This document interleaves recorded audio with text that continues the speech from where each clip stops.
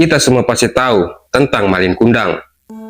Kisah seorang anak yang dikutuk oleh ibunya sendiri karena durhaka.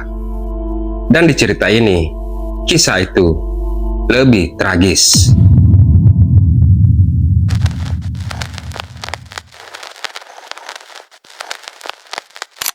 Assalamualaikum, kembali lagi di channel ini. Channel tempat saya membahas berbagai kisah kriminal nyata. Dan hari ini saya akan membahas tentang sebuah kasus true crime dari negara Filipina. Kasus yang tenang di permukaan, tapi sangat mengerikan ketika kebenarannya terungkap. Ini adalah kisah tentang Maria Evelyn Sayos. Maria Evelyn, seorang ibu, tinggal di Cavite, Filipina. Dia hidup bersama putrinya yang bernama Joanna Mary Sayos. Masih berumur 22 tahun. Hidup mereka berdua sebelumnya tenang dan bahagia. Sampai masalah mulai muncul ketika Joanna menjalin hubungan dengan seorang pria yang berumur 32 tahun bernama Ronald James Ruby. Sebenarnya Maria Evelyn tidak menyukai Ronald. Dia menilai Ronald orangnya kasar, tidak bertanggung jawab, dan terlalu mengontrol Joanna. Pertengkaran di rumah itu menjadi rutinitas hampir setiap hari, karena Maria tidak ingin Joanna melanjutkan hubungannya bersama Ronald. Suasana semakin panas. Joanna dalam posisi emosional yang lemah, dan Ronald memiliki pengaruh besar terhadap keputusan Joanna. Dan di titik inilah, pilihan Joanna bukan lagi antara benar atau salah, tapi antara ibunya atau pacarnya. Tidak ada yang menyangka Joanna membuat pilihan yang salah, dan tidak ada yang menduga konflik keluarga itu akan berakhir pada pembunuhan. Baiklah, tentang kasus ini, mari kita dengarkan kisahnya.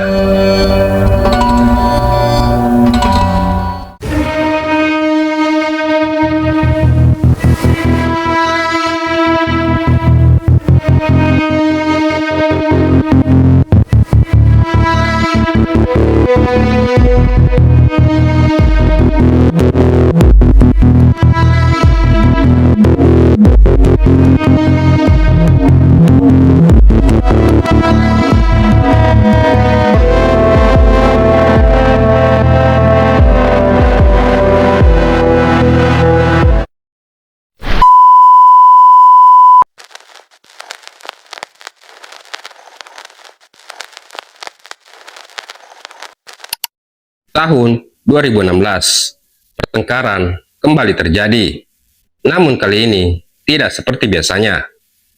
Nada suara meninggi, emosi tidak terbendung. Ronald James Ruby yang kehilangan kendali, lalu mengambil palu dan menghantam kepala Maria Evelyn satu kali. Korban terjatuh, tapi masih bernafas.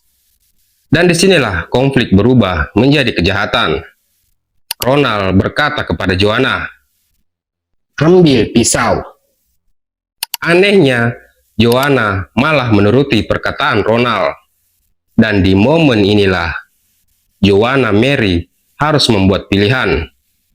Dan dalam satu keputusan yang mengubah hidupnya selamanya, Joanna menusuk leher ibunya sendiri. Ronald James Ruby bukan keluarga Maria Evelyn, tapi justru dialah yang paling sering berada di rumah itu, dan dialah orang yang pertama mengangkat palu malam itu. Dan ketika kekerasan dimulai, dia tidak menghentikannya, tapi dia yang memerintahkannya. Maria Evelyn meninggal dunia di rumahnya sendiri, dan di tangan anak yang dia besarkan dengan kasih sayang.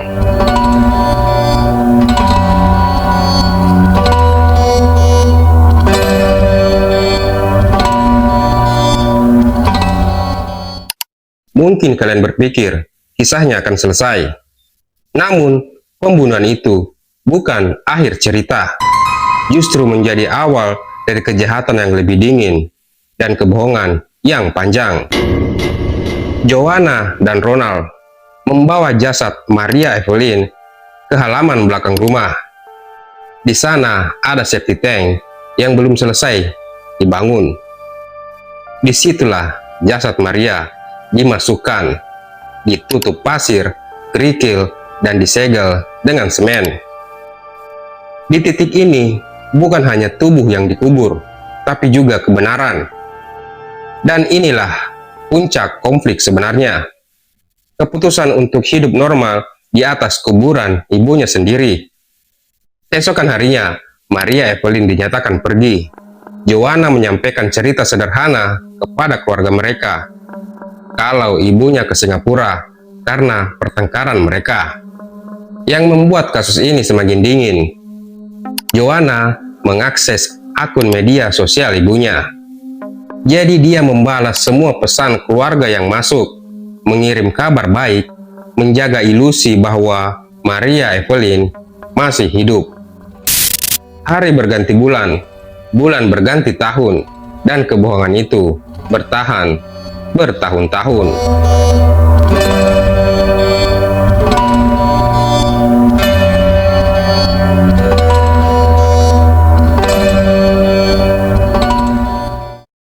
Di tahun 2018, pihak keluarga mulai curiga. Maria Evelyn dilaporkan sebagai orang hilang, namun kasusnya berjalan lambat. Hingga sampai bulan Juli 2020, polisi kembali memeriksa rumah Maria Evelyn. Mereka mencurigai satu hal. Safety tank yang dibangun tak lama setelah korban menghilang. Penggalian dilakukan, lapisan semen dibongkar, dan di sanalah kebenaran muncul. Jasad Maria Evelyn Sayos ditemukan. Pihak keluarga sangat terkejut. Ternyata dia tidak pernah pergi ke luar negeri. Dia tidak pernah meninggalkan rumah. Selama ini dia selalu ada, tepat di bawah kaki anaknya sendiri. Setelah jasad ditemukan, Joanna Mary Sayos dan Ronald James Ruby akhirnya ditangkap dan diinterogasi. Tanpa banyak menguras tenaga pihak kepolisian, keduanya akhirnya mengakui semua perbuatannya. Joanna didakwa dengan parricide.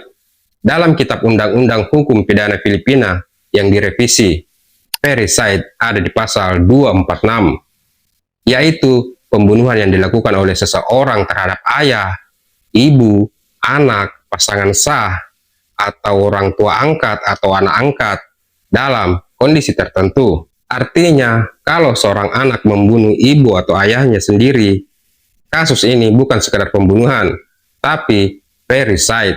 Dan parricide ini dianggap kejahatan sangat berat karena melanggar hubungan darah dan keluarga. Hukuman yang dapat dijatuhkan adalah penjara seumur hidup hingga penjara 40 tahun tanpa kemungkinan keringanan hukuman atau pembebasan yang mudah. Dan Ronald James Ruby didakwa dengan pembunuhan dengan ancaman hukuman penjara seumur hidup. Kebohongan mereka selama 4 tahun runtuh hanya dalam 1 hari.